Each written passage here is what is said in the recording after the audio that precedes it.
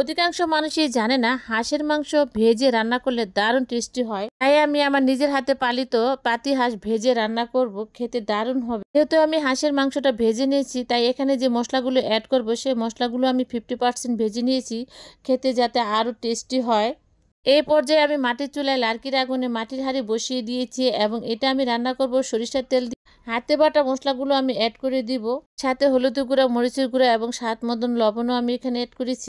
এখানে আমি মশলাগুলো কষাতে দিয়ে আমি চলে গেলাম আমার বাগানে, গাছের কাছে যেখানে আমার তেজপাতা গাছ আছে, সেখান থেকে আমি কয়েকটি কাঁচা তেজপাতা ছিঁড়ে নিয়ে আসলাম, যাতে মাংসের মধ্যে দেওয়ার জন্য খেতে অসাধারণ টেস্টি হয়। কাঁচা পাতার ফ্লেভারটা খুবই ভালো।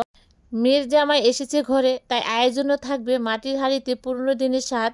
এই পর্যায়ে আমি 4টি রসুন দিয়েছি, আর রসুনটির কারণে অসাধারণ স্বাদ হয়। এই মাংস কষার পাশে রইল গরম গরম ফুলকো ফুলকো চিতই পিঠা। এই পিঠার মধ্যে লুকিয়ে আছে গ্রাম বাংলার ভালোবাসা। মেয়ের জামাই এসেছে বলে বাড়ি যেন হয়ে উঠেছে উৎসবের ঘর। হাসির শব্দ, আনন্দের আবেগ, আর প্রতিটি মানুষের চোখে মুখে উচ্ছ্বাস। এটাই মুন্সিগঞ্জের সৌন্দর্য। এখানে মাটির হাঁড়ির খাবার মানে স্মৃতি, আবেগ আর ভালোবাসা। মুন্সিগঞ্জের মানুষের আপ্যায়নের মন অনেক বড়, আর ভালোবাসায় অমলিন। আমার মাটির হাঁড়ির মাংস কষা এবং মাটির হাঁড়িতে চিতই পিঠাগুলো কেমন হলো, আর আমরা এগুলো সাজের পিঠাও বলি। রেসিপিটি ভালো লাগলে কিছু একটু লিখে যাবেন। এই খাবারগুলো প্রতিটা কোণা সাজিয়ে রাখে গ্রামের ভালোবাসা। ভিডিওটি ভালো লাগলে হাতে একটু সময় থাকলে লাইক, কমেন্ট, শেয়ার করে দিবেন।